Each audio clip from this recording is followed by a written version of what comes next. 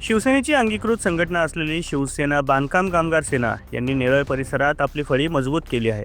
राज्यातील असंघटित बांधकाम कामगार, हातमजूर आणि रोजंदारीवर काम करणाऱ्या कामगारांसाठी शिवसेना बांधकाम कामगार सेना काम करते।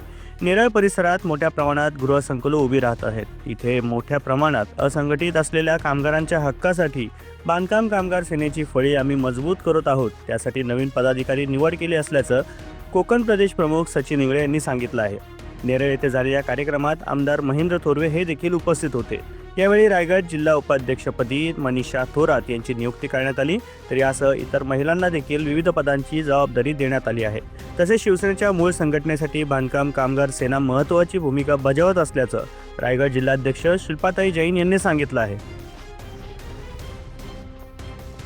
महाराष्ट्र, माझं नाव सचिन इंगळे, मी कोकण प्रमुख आहे शिवसेना।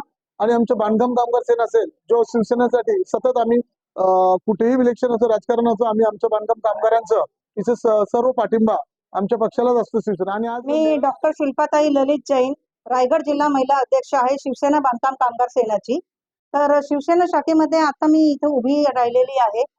आमचे लाडके आमदार महेंद्र थोरवे यांच्याशी आत्ताच आमची मीटिंग झालेली आहे आणि शिवसेनेला अजून पाठबळ भेटावं, अजून आनंद उत्साहामध्ये हे प्रचार, हे काही जे आहे आता इलेक्शन, ह्याच्यामध्ये अजूनही मजबूती यावी, त्याच्यासाठी मी विविध पदांवरती ह्या लेडीज लोकांची नियुक्ती करत आहे। मला खूप आनंद होत आहे की विविध पदं यांना वाटप मी आज केलेलं आहे।